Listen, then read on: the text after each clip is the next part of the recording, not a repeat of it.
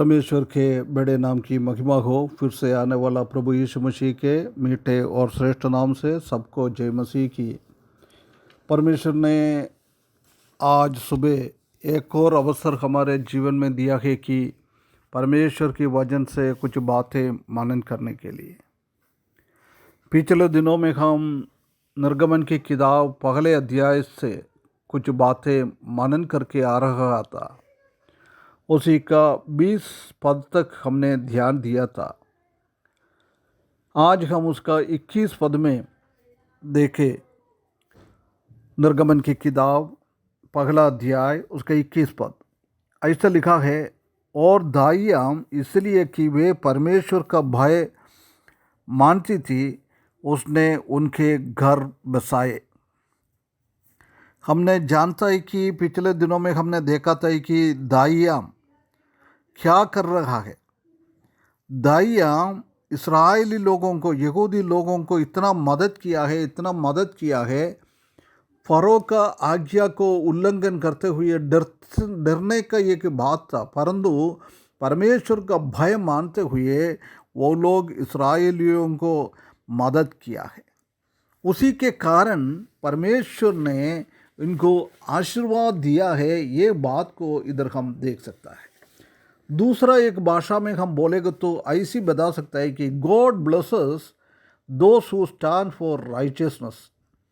धार्मिकता के लिए कौन खड़ा जाएगा प्रभु के लिए, वो आशीष हो जाता है, आशीर्वाद परमेश्वर उनको देता है। इधर ये दाइयों को उसी का धर्म काम के लिए धार्मिकता उसने किया है, उसी के द्वारा परमेश्वर उनको मदद किया है। ये बात को हम इधर देख सकता है।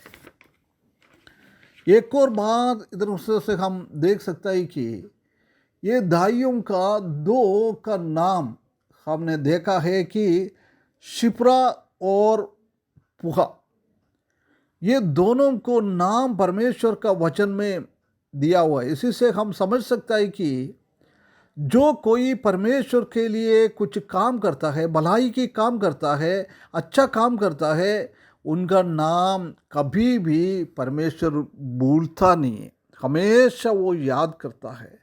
प्रिय भाइयों बहनों, हम भी एक बार समझ ले, हमारा नाम परमेश्वर के सामने याद रखना है तो हमको क्या करना है? परमेश्वर के लिए धार्मिकता का काम हमको करना है। और हम देख सकता है कि वचन 112 का 6 में हम देख सकता है कि वो लोग कभी भी वो हिलेगा नहीं है। उनका धार्मिकता को परमेश्वर हमेशा हमेशा याद रखेंगे। और इसमें से हम देख सकता है कि God will also bless you when you seek after righteousness. हम नीति की काम और धार्मिकता का काम को खोजता है, उसी के द्वारा परमेश्वर हमको अनुग्रह करता है, परमेश्वर हमको आशीर्वाद देता है। अभी हम पढ़ रहा है निर्गमन का 1 अध्याय का 20 और 21 पद में वही बातों को हमने देखा है। परमेश्वर आशीष करने वाला है, परमेश्वर उनको घर को बसाया है, ये बात को हम देख सकता है। क्योंकि ये अधिकतर दाइयाम ये काम के लिए बच्चों को पालना, बच्चा माँ का गर्भ का अवस्था में डिलीवरी के टाइम में मदद करके बच्चों को बाहर निकालना, यही काम है दाइयों का काम। अधिकतर ये दाई का काम हम देख सकता है कि किसको बच्चा है नहीं है, ऐसी स्त्री जन इसी काम के लिए निकलता है।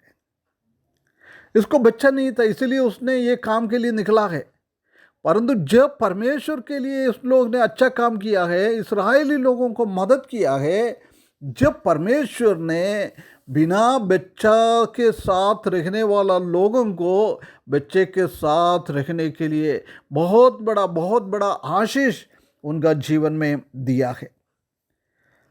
हम जानता है कि मत्ती का सुसमाचार 5 अध्याय उसका 6वें पद में जो कोई धार्मिकता के प्यासा है, भूखा है, परमेश्वर ने उनको संतृप्त करता है।